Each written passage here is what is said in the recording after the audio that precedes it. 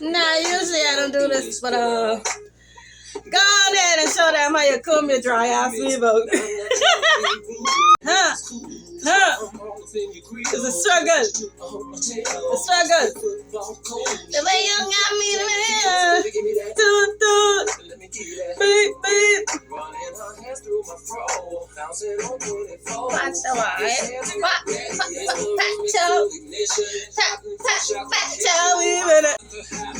I ain't gonna lie.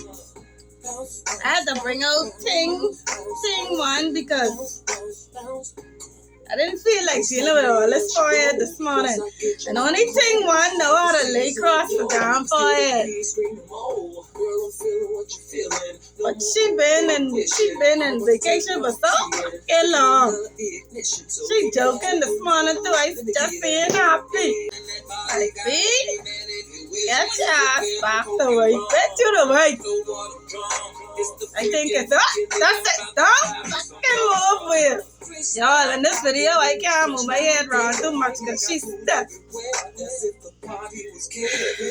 Let the loving begin. Turn the music down to 40%. Alright, guys. So, as usual, you know, I always thinking about things. Not one listen to fucking me. I trying to turn my air condition down. One fucking listen. Huh? Let me crop that. Let me crop this up. The boss saying no. Keep rolling. Okay. So, hey Google. Hold on. Y'all, I feel like I doing very bad with this video already in the beginning. So at the end of the day, if it, I may just put this out as a, you know, random video watching. That's not the aim. That's not the goal. Hopefully this could, you know, fix, you know, because this one is about an important conversation. Okay, this is an important conversation that I need to have with the people of God. I was thinking about my Grammy. Y'all, I so tired talking about the flacking. I so tired talking about the flacking wicked. Hold on. I exhausted talking about the wicked. Tired of it. Hold on. Hold on, wait. Y'all, I don't want to say, I ain't saying tired of this miserable life, but hey, Google, play tired of this miserable life on YouTube. It's like the, hey Google, play tired of this miserable life on YouTube. Nothing in there competing with my voice. Not a cotton picking thing. And I ain't saying you're tired of this miserable life. I saying I'm tired of talking about these miserable ass people who can't love they fucking self. My husband must say no music. I tired talking, but these people who don't know how to love their fucking self, because like RuPaul is saying, if you can't love your fucking self, how the hell you gonna love somebody else? I was thinking about my Grammy. Let's go down that memory lane. Things I remember about my Grammy. I remember watching all the stories. Okay, first of all, I remember this thought in my head. I could just remember myself probably being like a baby just in the room with my Grammy. I used old people children. I come up under my Grammy. I come right up under my Grammy. Okay? I remember at a certain point in my life where I used to just be looking at my Grammy and looking at the TV and just looking at the people yapping on the TV, and I don't know what the hell they saying. And I remember just saying, what the hell these people saying? And then one day it clicking. It's like the sound clicking for me, where I could understand what the people talking about on the TV. And I was like, oh, that's juicy. That's why Grammys be watching this. So me and my Grammy go way back, boy. She's gone now. May she rest in peace. But child, our relationship run deep. Okay? Me and my Grammy at the program. Okay? We go skip from thing to thing, from one looking soap opera. That's what it's called. I don't think it's called soap opera. The story is from one story to the next story, Young and the Restless to Bold and Beautiful to My Short was one more. Then when it end, that is the game shows. The price is flicking right.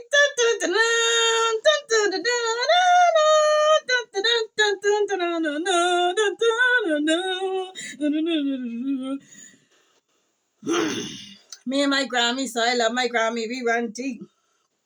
My Grammy had children in the old age, so when I come along, my Grammy was old.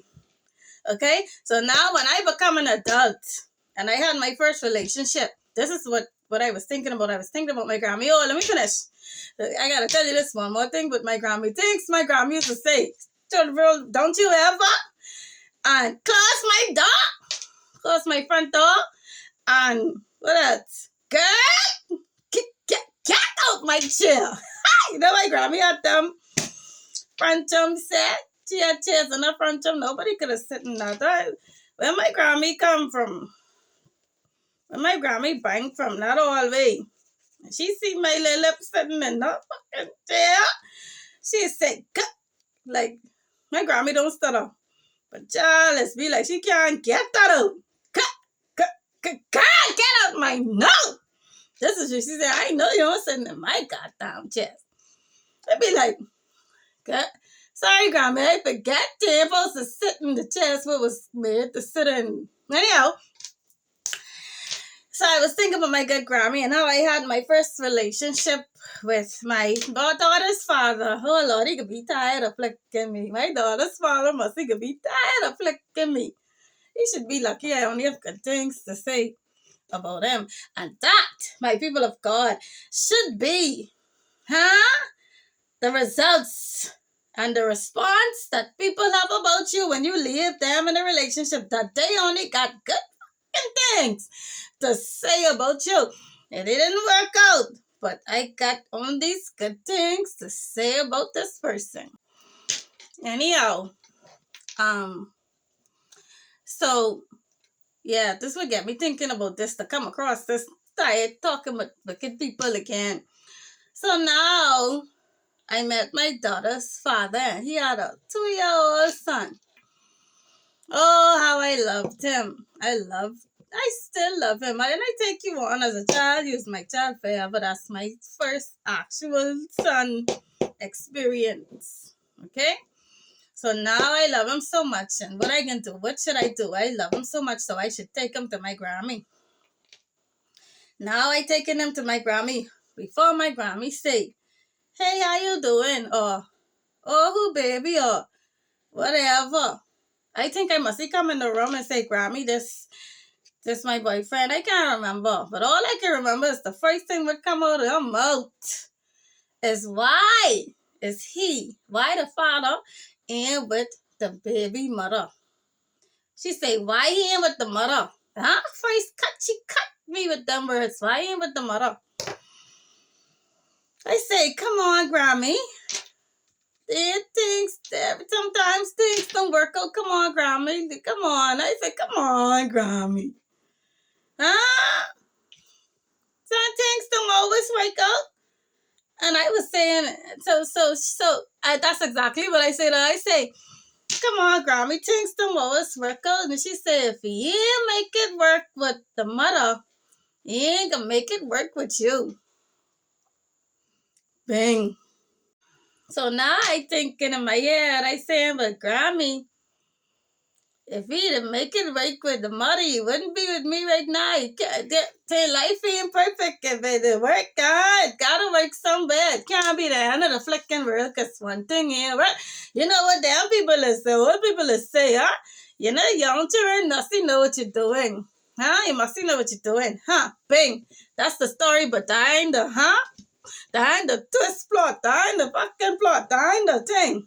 The important part of the story. The important part of the story is when I was jogging my memory, God reveals to me that, because the next thing after that I say, when I thought about that, I say, boy, that's the last good, sensible conversation I ever had with my Grammy. And that was the first time now where I entered adulthood and was getting advice from someone. After that situation, my Grammy had a fucking stroke. Okay? Then the good Lord reveals to fucking me that somebody in my family, same wicked ass person who do all the wicked ass things to my Grammy, one of each children, oh Jesus. Same wicked ass daughter, trifling ass Annie, is the person who stay in my energy now. And I watch something would say, demons is be assigned to you from birth. So at this fucking junction, I think it's safe to say that this particular Annie was fucking assigned to me. This Annie is the demon that fucking is assigned to me because they were staying in my energy and fucking up my life and fucking up everybody's life who was attached to mine. So now, because the devil don't want nobody to guide you in life, to guide God's people, since my Grammy was trying to give me reason, talk sense into me, the demonic entity who go over and over my life say, okay, I gotta take her out now. So now they gone and fucking cost my Grammy out a fucking stroke, so they can't give me no more fucking good conversation, no more good fucking advice. People of God, the Bible has prepped you for this. The Bible has prepped our hearts for this. The Bible say that you will have children. Your children coming to kill fucking you. This particular Annie, all I could say is that she have a lot of resentment. Had a lot of resentment for my Grammy in her heart. Okay? For however she felt like she was treated, that she shouldn't have been treated. She had a lot of resentment. And don't forget that you have a parent. Now, let's say in a relationship, in my Grammy's relationship, my Grammy was the chosen person or however, and the person daddy was of the Moon Gang. So we gotta remember that when you having children with the enemy is trained their children to go against the godly parent. So in addition to her personal issues she had with my Grammy, she had also an adopted sister who was teaching and training her to see people like my Grammy as the enemy, as a target. Okay, this is how family could be able to have the heart to kill family. So with that being said, it's vice versa. That's the wicked way. That's the worst way.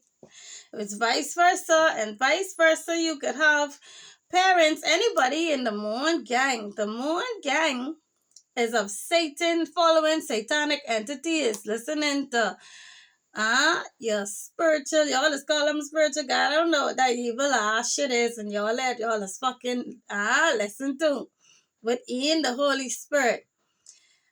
People who are operating under that, there's no trust in that world. There's no loyalty in that world. It's sad to say. Anything goes. Anything buck up goes. Anything destructive goes. So on the flip side, you will have parents in the Moon Gang. Yes, see, Moon Gang parents that taught you how to be evil towards others will be evil to you. That is why the saying says, if somebody could do something to someone else, they could do it to you too. So you may find yourself in a situation where you have a parent who doing evil to you. Bing. Sometimes in those kind of situations where the parent is doing evil to you, that don't necessarily, you could have parents that don't love you, and then you could have parents that do love you. Everybody's situation ain't the same, and situation need to be analyzed with the facts that's provided with it and judged in that. Okay? Judged separately. No two situations are like I come to say, long story short, oh God, I don't want to do a long story short. Guys, I don't want to do a long story short, but because I don't want this video to be too long, I'm going to let this run and I'm going to make a part 2 to this. So, at the end of this video, I want to post a video of a man. I don't know if I'll be able to download it. So you may or may get it. You may or may see the video. Thank God I'm a realist, and I could be real with y'all because y'all know, hey, these roll the punches around here. Huh? So, however, I want to post a video at the end of this video. That's my intentions to post a video at the end of this video of a man who is having demons in his head. He is a man. I think in this scene, he is basically a pastor. And he have the demons. I tell you, demons are speaking to you. But the shocker is, in life, the demons that are speaking you are actually, who people use? Who Satan using? The people who know you best. The people who are closest to you. They in your head. Talking to you. That negative chatter, that negative banter in your head is your mommy. That negative banter in your head is your sister. That negative banter in your head. Oh God, that's why I hate satanic people and evilness. This is your brother. This is your sister. This is your best friend. This soul ties. People you have soul ties. People who have authority to talk to you and use telecommunication. Jesus, the wickedness. Talking in your head, posing as you, imposing as your thoughts, convincing you to do evil, guiding you to do wrong.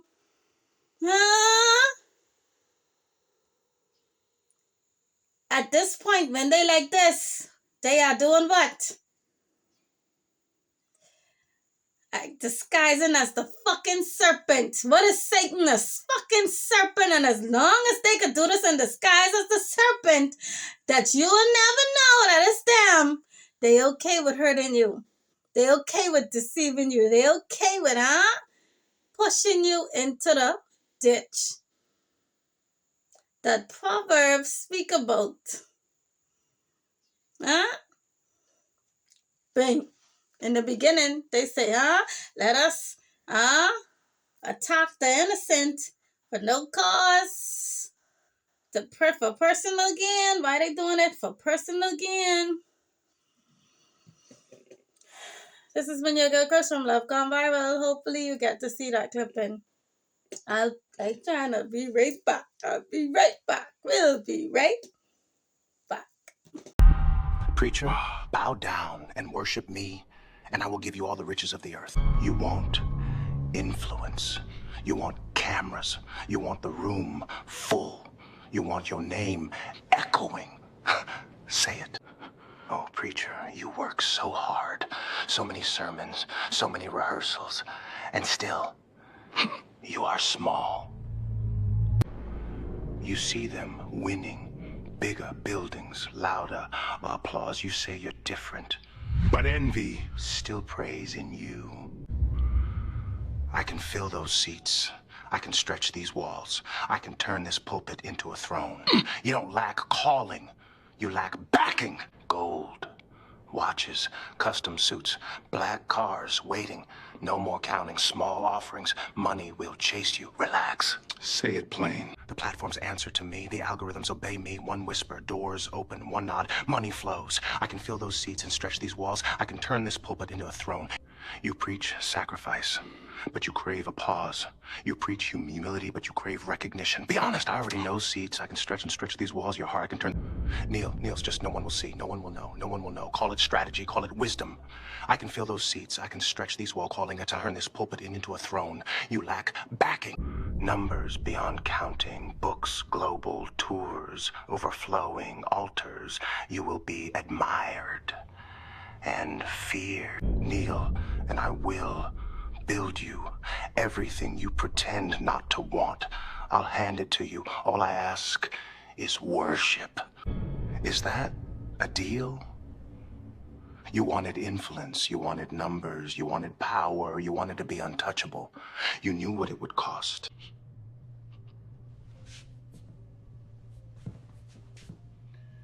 Deal. Notice the mirror showing the reflection because now he sees himself as this bad person that made this bad decision, which is true after much taunting and persuasion.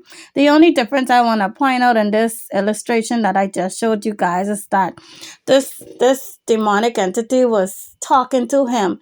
In your mind, the demons pose as yourself. And that's why we have the saying that say, you are your biggest enemy.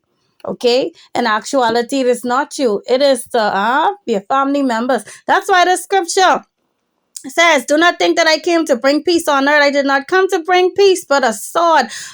For I have come to set a man against his father, against his wicked father who has been plotting and throwing him in the ditch, pushing him in the ditch, against his wicked daughter, against his wicked mother, and against his wicked daughter-in-law, against her mother-in-law, and a man's enemies. Your enemies will be those of his own household, the ones who are close enough to have authority, the ones who are close enough to have spiritual soul ties with you, that have the authority to communicate with you. Okay, this is why this is why Satan used people who are close to you. Okay, people of God, this has been your girl Chris from Love Gone Viral. I'll see you in part 2.